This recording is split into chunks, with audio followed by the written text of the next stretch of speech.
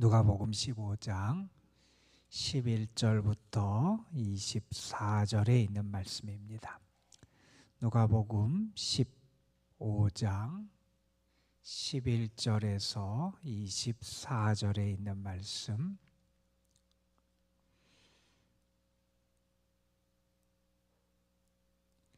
오늘 우리에게 주시는 하나님의 말씀, 누가복음 15장 11절에서 24절까지의 말씀을 함께 한 목소리로 받들어 읽겠습니다. 또 이르시되 어떤 사람에게 두 아들이 있는데 그 둘째가 아버지에게 말하되 아버지여, 재산 중에서 내게 돌아올 분깃을 내게 주소서 하는지라. 아버지가 그 살림을 각각 나누어 주었더니 그 후 며칠이 안 되어 둘째 아들이 재물을 다 모아가지고 먼 나라에 가 거기서 허랑방탕하여 그 재산을 낭비하더니 다 없앤 후 그 나라에 크게 흉년이 들어 그가 비로소 궁핍한지라. 가서 그 나라 백성 중 한 사람에게 붙여 사니 그가 그를 들러 보내어 돼지를 치게 하였는데 그가 돼지 먹는 쥐엄 열매로 배를 채우고자 하되 주는 자가 없는지라. 이에 스스로 돌이켜 이르되 내 아버지에게는 양식이 풍족한 품꾼이 얼마나 많은가. 나는 여기서 주려 죽는구나. 내가 일어나 아버지께 가서 이르기를 아버지, 내가 하늘과 아버지께 죄를 지었사오니 지금부터는 아버지의 아들이라 일컬음을 감당하지 못하겠나이다. 나를 품꾼의 하나로 보소서 하리라 하고 이에 일어나서 아버지께로 돌아가니라. 아직도 거리가 먼데 아버지가 그를 보고 측은히 여겨 달려가 목을 안고 입을 맞추니 아들이 이르되 아버지, 내가 하늘과 아버지께 죄를 지었사오니 지금부터는 아버지의 아들이라 일컬음을 감당하지 못하겠나이다 하나 아버지는 종들에게 이르되 제일 좋은 옷을 내어다가 입히고 손에 가락지를 끼우고 발에 신을 신기라. 그리고 살찐 송아지를 끌어다가 잡으라. 우리가 먹고 즐기자. 이 내 아들은 죽었다가 다시 살아났으며 내가 잃었다가 다시 얻었노라 하니 그들이 즐거워하더라. 아멘. 21세기 최고의 영성가 중 한 분으로 알려져 있는 헨리 나우엔이라고 하는 그러한 분이 계시죠. 그분에 대한 이야기도 우리가 많이 소개되어 있는데 그분이 한 번은 영적인 탈진 상태, 침체 상태에 빠진 적이 있었다 그럽니다. 그렇게 영적으로 탈진하고 침체되어 있을 때 그가 거기서 어떻게 회복되고 일어났는지를 전하는 그 내용 가운데 이런 얘기가 나옵니다. 그분이 한 그림 작품을 보게 됩니다. 렘브란트라고 하는 작가의 작품인데 그 작품의 제목이 탕자의 귀향, 탕자의 귀환이라고 그렇게 일컬어지는 그러한 작품입니다. 그 작품을 보면서 마음에 큰 도전과 충격과 그리고 은혜를 받게 되었다는 거예요. 우리가 잘 아는 내용이고 이 탕자의 비유의 말씀을 그림으로 나타낸 그러한 작품이지요. 모든 것을 다 탕진하고 잃어버리고 그리고 집에 돌아온 그 아들은 아버지 앞에 무릎을 꿇고 있습니다. 그런데 아버지는 그 무릎을 꿇은 아들의 등에 아버지 손을 얹고 그 아들을 받아주고 맞아주고 영접해주는 모습을 보여줍니다. 그 작품을 보면서 자기가 이미 아는 성경의 말씀이고 그 내용이지만 그 작품을 통해서 마음에 큰 위로를 받게 됩니다. 먼저 그는 자신이 탕자임을 체험했다고 고백해요. 내가 탕자구나. 탕자의 체험을 하게 됩니다. 그리고 그 탕자가 아버지 품에서 안식과 평화를 얻는 그 모습을 보면서 내가 참된 평안을 얻고 안식을 얻을 수 있는 곳은 아버지 품밖에 없구나 하는 사실을 깨닫게 되었다 그래요. 그래서 그 하나님 안에서 위로와 힘을 얻고 다시 그가 회복될 수 있었다, 이런 고백을 합니다. 오늘 우리가 함께 읽은 이 말씀, 물론 이 말씀 다음에 큰아들과 관련된 그런 이야기가 그 다음에 이어지기도 하는 이 비유의 말씀은 기독교 복음의 진수를 우리에게 보여주는 그러한 비유의 말씀이다, 이렇게 일컬을 수 있는 그러한 내용이지요. 이 내용을 우리가 너무나 잘 압니다. 되찾은 아들에 대한 그러한 말씀이지요. 집을 나갔던 탕자가 회개해서 돌아오는 모습, 그리고 그 돌아온 아들을 끝까지 받아주고 사랑해준 아버지의 사랑의 모습, 그리고 그 돌아온 아들을 보면서 너무나 기뻐하고 행복해하는 그런 아버지의 모습을 우리에게 보여주는 그런 말씀이지요. 우리가 이 말씀을 보면서 물론 그런 생각을 하게 됩니다. 탕자가 다른 사람이 아니구나 하는 사실을 먼저 알게 되지요. 내가 탕자고, 내가 집을 나간 사람이고, 내가 허랑방탕하게 살았던 사람이고, 내가 하나님의 품을 떠난 그런 사람이다 하는 것을 알게 되기도 하고, 물론 여기에 등장하는 아버지는 우리 하나님을 나타내고 하나님의 사랑과 용서가 얼마나 크고 위대한지를 우리에게 보여주는 그러한 말씀이기도 합니다. 이 말씀을 보면서 우리가 몇 가지 생각했으면 좋겠는 내용이 있습니다. 먼저 이 둘째 아들을 한번 보세요. 아버지에게 재산을 요구하고 그것을 미리 받고, 그리고 며칠 안 돼서 그 모든 재산을 다 챙겨서 밖에 나가서 살아가게 됩니다. 그가 그렇게 밖에서 생활할 때 그의 모습은 어떻습니까? 그가 정신을 차리기까지 그는 아버지를 한 번도 생각하지 않습니다. 그런 하나님을 한 번도 생각하지 않고 있다는 겁니다. 그런 자기만 생각해요. 자기의 쾌락과 즐거움만 생각합니다. 바울이 로마서에서 사람들의 죄악된 모습을 책망하면서 이런 얘기를 했습니다. 마음에 하나님 두기를 싫어한다. 마음에 하나님 두기를 싫어한다. 마음에 자기만 가득 차 있습니다.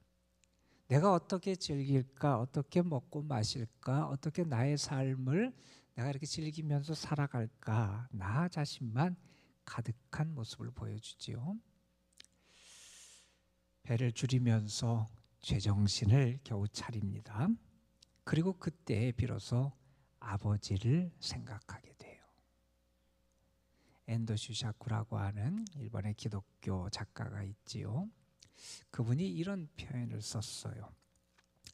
이러한 모습은 독약과 같다, 이런 표현을 썼어요. 독약 먹으면 죽지요. 우리의 큰 해가 우리에게 임하는 게 우리 독약의 그런 모습이잖아요.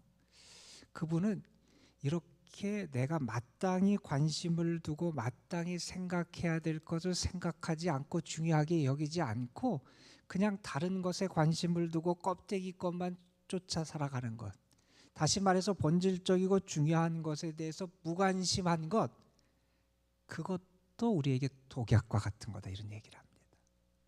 우리는 무언가를 행하고 내가 그것을, 그 악한 모습을 보이는 것이 나에게 내 삶을 피해를 주고 독약이라고만 생각을 하는데, 그분은 하나님을 마땅히 생각해야 되는데 생각하지 않는 것, 마땅히 중요하게 여겨야 되는데 중요하지 여기지 않는 것, 마땅히 내 마음과 관심을 거기에 쏟아야 되는데 그렇지 않고 무관심한 게 우리를 멸하고 해야 하는 독약과 같은 거다, 이렇게 말을 하고 있다는 거예요. 아버지를 생각지도 않습니다. 아버지를 생각지도 않고 모르고 살아가는 모습, 그것은 바로 제정신을 잃고 살아가는 모습이라는 겁니다. 여러분, 제정신을 잃었을 때 그의 삶에 나타나는 모습은 어떤 모습입니까? 13절에 보면 이런 표현을 쓰죠. 거기서 허랑방탕하여 그 재산을 낭비했다. 제정신을 차리지 않고 하나님을 생각하지 않고 아버지를 생각하지 않고 자기만 생각하며 살아가는 모습은 허랑방탕하고 낭비하고 향락적이고 쾌락적인 삶의 열매와 결과들을 나타낼 수밖에 없다는 거죠. 어떤 분이 이런 얘기를 했어요. 사람은 하나님 품 안에 있어야 아름다워진다. 생각해 보세요. 하나님을 떠나면 내 마음대로 내가 하고 싶은 대로 내가 원하는 것을 즐기며 살아갈 수 있을 것처럼 생각하고 그래야 내가 행복하고 그래야 나의 삶이 아름다워질 거라고 사람들이 생각하는데 실상은 하나님 품 안에 있어야 그 인생이 아름다워진다는 겁니다. 하나님 품 안에 있어야 존귀해진다는 겁니다. 하나님 품 안에서 바른 길을 찾게 되고 그 가치가 드러나게 된다는 겁니다. 여러분은 정말 하나님 품 안에 계십니까? 하나님 품 안에서 여러분의 인생이 존귀하고 아름다워지는 그런 은혜가 여러분에게 있길 간절히 소망합니다. 여러분, 내 마음대로 아버지를 생각하지 않고 하나님을 생각하지 않고 자기만 생각하고 살아가는 이 제정신을 잃은 그 아들의 모습은 결국 어떤 결과를 초래하게 됩니까? 아버지 하나님께 죄를 짓는 결과를 초래하게 되지요. 그래도 다행스러운 것은 이 둘째 아들이 정신을 차려요. 그가 정신을 차렸다는 분명한 증거가 21절에 등장합니다. 아버지 앞에 와서 이렇게 고백을 하지요. 내가 아버지와 하늘과 아버지께 죄를 졌습니다. 하늘과 아버지께 죄를 졌다 하는 것을 그는 알게 돼요. 자기가 지금 어떤 모습을 하나님 앞에서 하고 있는지를 알게 됩니다. 자신의 모습을 발견하게 됩니다. 자기가 하나님과의 관계에서 아버지와의 관계에서 잘못된 존재임을 알게 된다는 거예요. 하나님을 생각하지 않았습니다. 아버지를 기억하지 못했습니다. 아버지 품, 하나님 품을 떠나서 있는 것이 행복인 줄 알았습니다. 하나님과의 관계, 아버지와의 관계가 잘못됐다는 것을 그가 고백하고 알게 됩니다. 시편 51편에 보면 시인이 하나님 앞에 고백하는 내용 가운데 이런 얘기가 나왔어요. 내가 주께 범죄하여 주의 목전에서 악을 행했다. 내가 행하는 어떤 것들을 모습을 보면서 하나님과의 관계를 먼저 생각하는 거예요. 하나님의 목전에서 하나님 앞에서 내가 하나님께 범죄하고 악을 행했다. 나의 모습이 그렇다는 거죠. 우리 존 웨슬리 목사님의 어머니 수산나 웨슬리에 관련된 얘기 가운데 그분이 자녀 교육을 상당히 엄격하고 철저하게 시킨 분으로 우리에게 알려져 있는데 딸이 좀 거친 말도 하고 행동도 이렇게 바람직스럽지 못한 모습을 보일 때가 있었대요. 그래서 어머니가 그 딸을 교육시키려고 어떤 방법을 썼냐 하면 검정 숯 한 다발을 이렇게 갖고 왔대요. 숯 한 다발을 이렇게 갖고 와서 딸 앞에 놓고 딸한테 어떻게 했냐면 그것을 안아봐라 이렇게 얘기를 했대요. 아직 숯에 불이 붙어 있는 게 아니에요. 그러니까 아직 숯이 뜨겁질 않아요. 뜨겁지 않다, 불이 붙어 있지 않으니 안아봐라 이렇게 얘기하는 거예요. 딸이 안 안으려 그래요. 왜 안 안으려 그러니? 그랬더니 딸이 얘기를 해요. 불이 붙어 있진 않지만 내가 저걸 안으면 내가 더러워지잖아요. 그러는 거예요. 엄마가 딸에게 이렇게 교훈을 했대요. 너의 잘못된 행동도 마찬가지다. 너에게 화상을 입히지 않을지 모르지만 내 영혼을 더럽힌다. 그런 얘기를 했대요. 꼭 그걸 안아서 내가 목 화상을 당하고 그것 때문에 내 몸이 어떻게 되고 그렇지 않을지라도 그 숯을 안는다는 것 자체가 나를 더럽게 하는 거잖아요. 내가 대수롭지 않게 여기고 죄악을 범하는 모습도 있고 내가 본질적으로 하나님을 생각하고 하나님을 기억하고 하나님 앞에 합당하게 살아가야 되는데 그렇지 못한 모습들은 우리를 더럽힌다는 거죠. 하나님을 떠난 인생의 모습이 그렇게 된다는 겁니다. 여러분, 하나님을 떠난 것 자체가 죽음이라고 성경은 우리에게 말하지요. 오늘 말씀에도 보면 24절에 아버지가 아들이 돌아온 다음에 이런 표현을 씁니다. 이 내 아들은 죽었다가 다시 살았다 이런 표현을 씁니다. 그냥 집 나갔다 돌아왔다 이런 표현을 쓰는 게 아니라 아버지의 품을 떠난 것을 죽은 것과 같다고 이렇게 묘사를 하고 있어요. 왜 그렇습니까, 여러분? 생명의 근원이 되시는 아버지 하나님과 단절된 것은 우리에게 죽음을 의미합니다. 모든 복의 근원이 되시고 풍요함과 풍족함의 근원이 되시는 하나님과의 단절됨은 우리에게 결코 만족을 줄 수 없는 결과를 초래하게 됩니다. 하나님과의 단절이 우리에게 죽음이라면 하나님과 하나됨은 우리에게 생명을 의미한다는 겁니다. 여러분, 우리가 참 생명을 얻고 행복할 수 있는 길은 하나님 안에 있다는 거지요. 정말 내가 그 하나님 안에서 내 인생의 가치와 행복과 존귀함을 내가 발견하며 살아가느냐, 우리 자신을 한번 돌아보게 됩니다. 자, 그런데 물론 우리가 이 말씀을 보면서 제일 중요한 모습은 아버지의 모습이지요. 아버지의 태도, 아버지의 사랑, 아버지의 모습, 죄를 지은 자식, 그 자식을 위해서 아버지는 몽둥이를 준비하지 않습니다. 몽둥이를 우리 같으면 그냥 이놈 그러면서 혼을 내려고 무언가 몽둥이를 준비할 것 같은데, 이 아버지는 자식을 혼내려고 몽둥이를 준비하고 있는 분이 아니었지요. 돌아온 자, 회개하는 자를 언제든지 사랑하시고 용서하시는 그러한 아버지였지요. 집을 나갈 때도 마찬가지입니다. 유산을 미리 달라 그러는데 그냥 내어줍니다. 집을 나간 아들이 돌아왔을 때도 그냥 받아줍니다. 그의 과거의 잘못을 따지고 묻질 않습니다. 나중에 큰아들이 화를 내고 그가 집을 나갈 때도 아버지는 그를 찾아가 설득하고 그를 이해시키려고 합니다. 이게 우리가 믿는 하나님의 모습이다 하는 거죠. 그 아들을 위해서 제일 좋은 옷을 입히라 그럽니다. 손에 가락지를 끼워줍니다. 신발을 신겨줍니다. 음식을 장만하고 잔치를 베풀며 행복해 합니다. 이게 아버지의 모습이라는 겁니다. 바리새인들과 서기관들, 죄인들이 예수님 앞에 오는 것을 이해할 수 없었던 그 사람들, 예수님이 그 사람들과 함께 식사께서 함께 식사하는 것을 받아들일 수 없었던 사람들, 그 사람들은 하나님이 이러한 하나님임을 몰랐다는 거지요. 그 하나님이 이러한 하나님임을 믿지 않고 있었다는 겁니다. 그러니 예수님의 행동이 이해가 안 됐다는 거지요. 예수님의 모습을 그들이 받아들일 수 없었다는 거지요. 달리 말하면 우리 하나님은 좀 이상하신 하나님이에요. 세상의 기준으로는 정말 이상한 하나님입니다. 그런데 그렇게 이상한 하나님의 사랑과 용서와 은혜가 우리를 살려주신 겁니다.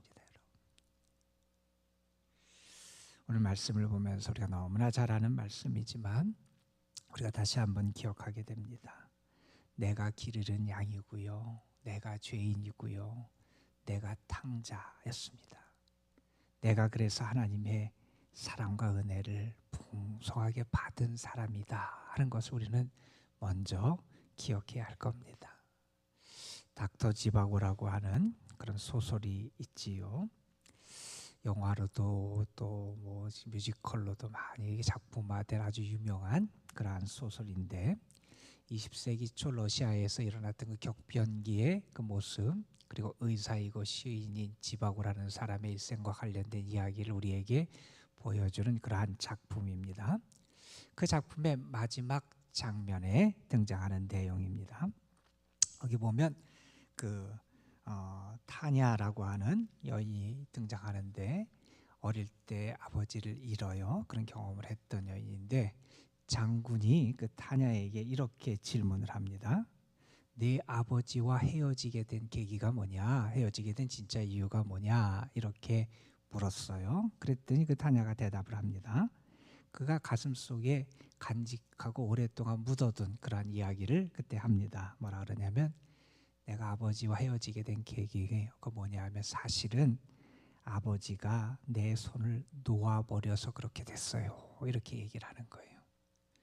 그 이야기를 들은 다음에 장군이 그 타냐에게 이렇게 대답을 합니다.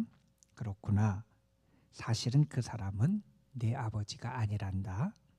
아버지는 어떤 상황에서도 자식의 손을 놓지 않는 법이지. 너의 친아버지는 닥터지바고다. 뭐 이렇게 얘기하는 장면이 나와요. 아버지는 어떤 상황에서도 자식의 손을 놓지 않는 법이다. 그게 아버지라는 거지요. 육신의 아버지도 그런데 우리 하늘 아버지는 우리를 결코 버리지 않으신다는 겁니다. 우리 존 웨슬리 목사님이 하셨던 말씀 가운데 이런 말씀이 있어요. 하나님의 사랑의 보자기는 우주를 다 싸고도 남는다. 이런 말이 있어요. 하나님의 보자기, 그 사랑의 하나님의 사랑의 보자기는 온 우주를 거기다 다 담고 싸고 그러고도 남다는, 그렇게 큰 게 우리 하나님의 사랑이라는 겁니다. 오늘 여러분 하나님의 사랑을 믿으시기를 바랍니다. 여러분을 사랑하시고 용서하시고 또한 여러분에게 새 힘을 주시는 그 하나님의 사랑이 여러분과 함께함을 경험하시기를 바라고, 더 감사하면서 그 사랑 의지에서 살아가고 그 사랑 가운데 여러분의 삶이 더 존귀하고 가치 있게 세워지고 아름다워지는 하루가 되시기를 주님의 이름으로 축복합니다. 기도하시겠습니다. 감사 헌금 무명으로 하나님 앞에 올려드립니다. 아버지 하나님, 우리에게 은혜를 주셔서 다른 무엇보다도 중요한 하나님의 사랑, 하나님의 용서, 그 하나님의 넓은 자비하심과 은혜에 대해서 우리가 다시 한번 묵상하며 깨달을 수 있도록 인도해 주심에 감사를 드립니다. 하나님 안에 있어야 우리의 삶이 아름다워지고 가치 있어지는데, 하나님을 생각하지 않고 하나님의 사랑을 생각하지 않고 하나님의 구원을 생각하지 않고 내 마음대로 내 생각대로 세상에 취해서 하나님을 잊고 살아가는 모습을 보일 때도 우리에게 있음을 고백합니다. 다시 한번 하나님 안에 거하는 삶을 회복하는 저희들이 되게 하여 주시고, 하나님 안에서 하나님과 함께 살아감이 나의 삶의 생명이고 기쁨이고 능력임을 우리들이 체험하며 살아갈 수 있도록 인도하여 주옵소서. 결코 우리를 버리지 않으시는 하나님, 회개하여 돌아온 영혼, 잃어버린 영혼, 그 영혼의 되찾음을 기뻐하시는 하나님, 아들을 위해서 몽둥이가 아니라 그를 위한 너그러운 품을 준비하고 사랑으로 안아주시는 그 하나님, 그 하나님이 나의 하나님임을 저희들도 알게 하여 주시고, 그 하나님의 사랑을 오늘도 풍성하게 경험하며 살아갈 수 있도록 인도하여 주옵소서.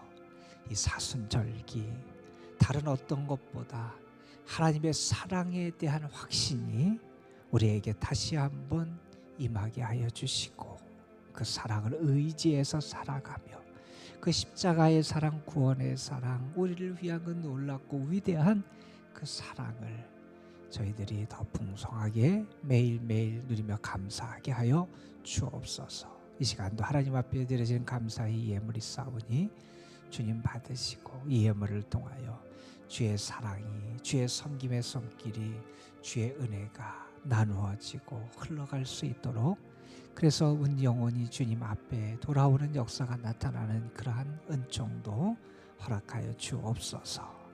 이 시간 저희들이 하나님 앞에 기도합니다. 하나님이 분명히 나를 사랑하심을 믿고 기도합니다. 부르짖는 자에게 응답하심을 믿고 기도합니다. 나의 모든 연약함과 상황과 나의 아픔과 나의 기도의 제목을 아시는 하나님 앞에 모든 것을 맡기며 주의 은혜를 기다리며 주님 앞에 나아가오니, 성령께서 우리의 기도를 도우시고 주께서 하늘문을 여시고 응답하시며 주의 선하심과 사랑과 자비하심과 은총을 우리에게 풍성하게 부어 주옵소서. 우리가 기도할 때 우리의 마음이 기쁘게 하여 주시고 주의 사랑과 은혜와 함께 하심을 체험하며 감사하는 복을 누리게 하여 주옵소서. 우리 구주 예수 그리스도의 이름으로 기도드리옵나이다. 아멘.